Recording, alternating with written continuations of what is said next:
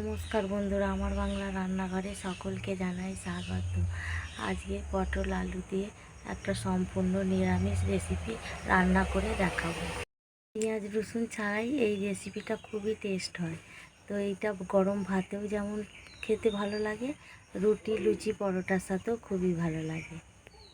তো আমি এই রেসিপিটা রান্না করে দেখাই, চলুন।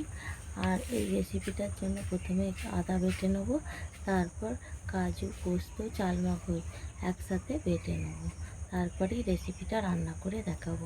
তো আপনারা পুরো রেসিপিটা দেখবেন।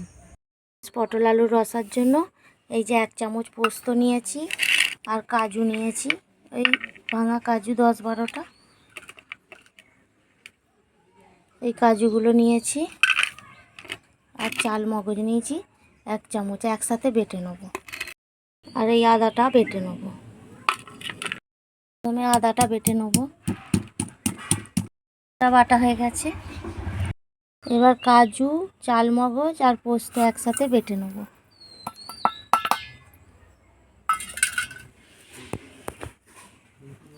নিরামিষ পটল আলুর রসার জন্য পটলগুলোকে এইভাবে কেটে নিয়েছি, আর আলুগুলোকে চৌকো চৌকো করে কেটে নিয়েছি। তা উনুন জেলে নিয়েছি, কড়াটা গরম করে নেব। কড়া গরম হয়ে গেছে, এবার সরষের তেল দিয়ে দেবো। সরষের তেল দিয়ে আলুগুলো প্রথমে ভেজে নেব। তেল গরম হয়ে গেছে, আলুগুলো ভেজে নেব।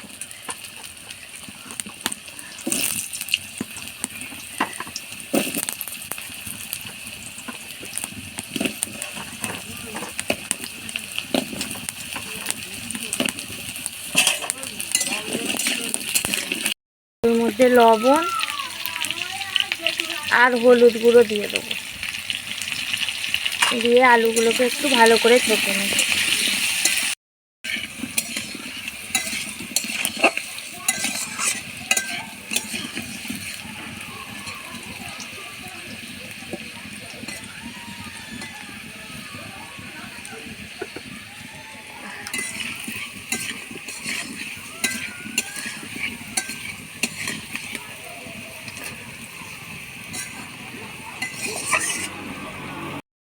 আলুটা আমার লাল লাল করে ভাজা হয়ে গেছে, দেখুন। এবার তুলে নেব। এবার আলু ভাজার তেলেতেই পটলগুলো ভেজে নেব।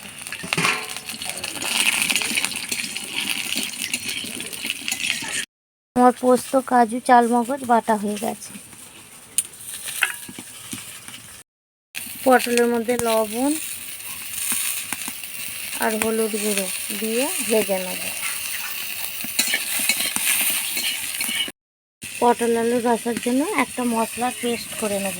এই যে আদা বাটা নিয়েছি, আছে হলুদ গুঁড়ো, জিরে গুঁড়ো, ধনে গুঁড়ো, লঙ্কার গুঁড়ো, আর আদার সাথে একসাথে জল দিয়ে একটা পেস্ট করে নেব।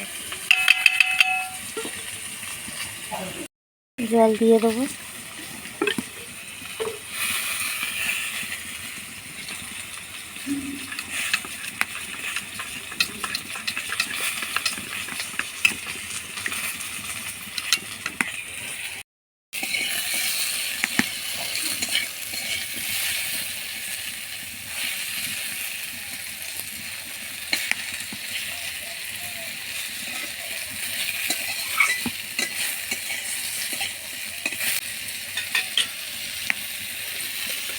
দেখুন বন্ধুরা, পটলের মধ্যে সব তেলটা টেনে নিয়েছিল, আর পটলগুলো ভাজা হতে কেমন তেলটা আবার বেরিয়ে গেছে।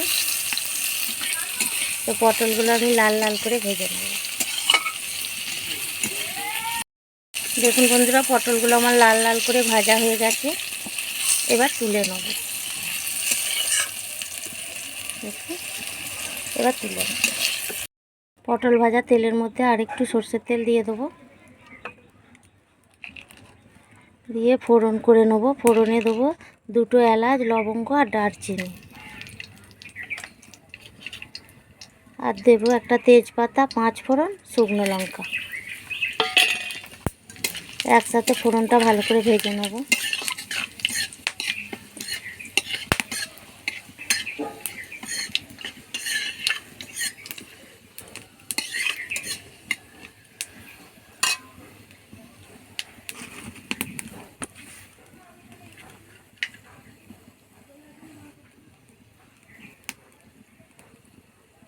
ফোড়নটা ভাজা হয়ে গেছে, এবার একটা টমেটো কুচো দিয়ে দেবো। 4 কুচো করে নিয়েছি, একটা টমেটো কুচো দিয়ে দেবো।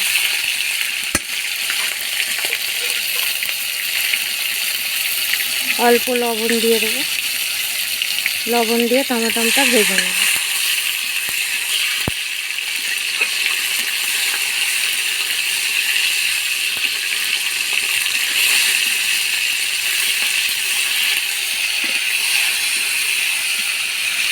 টমেটোটা দেখুন গলে গেছে, টমেটোটা ভাজা হয়ে গেছে, তো সেই জন্য গলে গেছে দেখুন, নুন দেওয়ার জন্য। আর এই মশলার পেস্টটা দিয়ে দেবো, জিরে গুঁড়ো, ধনে গুঁড়ো, আদা বাটা, লঙ্কার গুঁড়ো, হলুদ গুঁড়ো, যে পেস্টটা করে রেখেছিলাম সেটাই দিয়ে দিলাম। দিয়ে মশলাটা কষে নেব।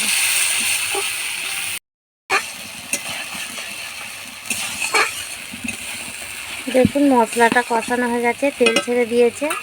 তো এই সময় যে কাজু, চালমগজ আর পোস্ত বাটাটা দিয়ে দেবো। দিয়ে মশলার সাথে কষে নেব।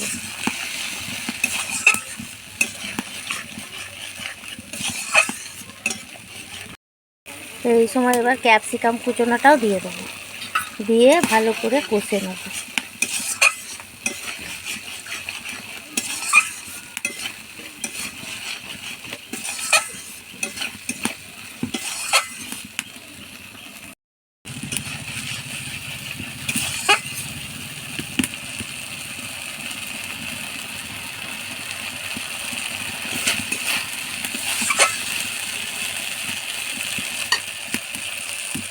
আমার মশলাটা কষানো হয়ে গেছে, মশলা দিয়ে তেল ছেড়ে দিয়েছে, এবার জল ঢেলে দেবো।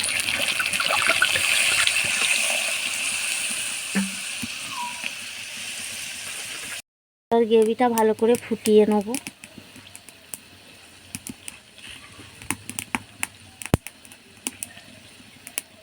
পটল আর আলুর মধ্যে লবণ দিয়েছিলাম, পরিমাণ মতন লবণ দিয়ে দেবো। দিয়ে গ্রেভিটাকে ভালো করে ফুটিয়ে নেব। দেখুন গ্রেভিটা ফুটে গেছে, এবার পটল আর আলু ভাজাটা দিয়ে দেবো, দিয়ে সেদ্ধ করে নেব ভালো করে। চাপা দিয়ে সেদ্ধ করে নেব। এইভাবে পটল আলুর রসাটা করলে ভাতের সাথেও, গরম ভাতের সাথেও ভালো লাগে এবং রুটি, পরোটা, লুচির সাথেও ভালো লাগে খেতে। এবার ঢাকা খুলে দেখব সেদ্ধ হয়েছে নাকি।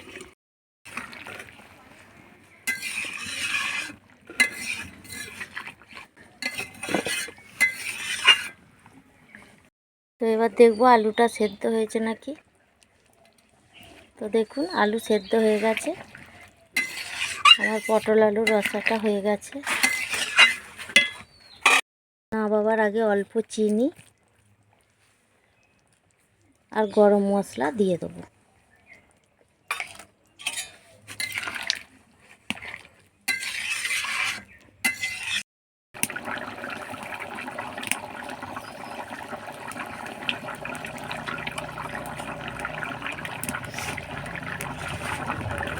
পটল আলুর রেসিপিটা হয়ে গেছে, এবার নামিয়ে নেব।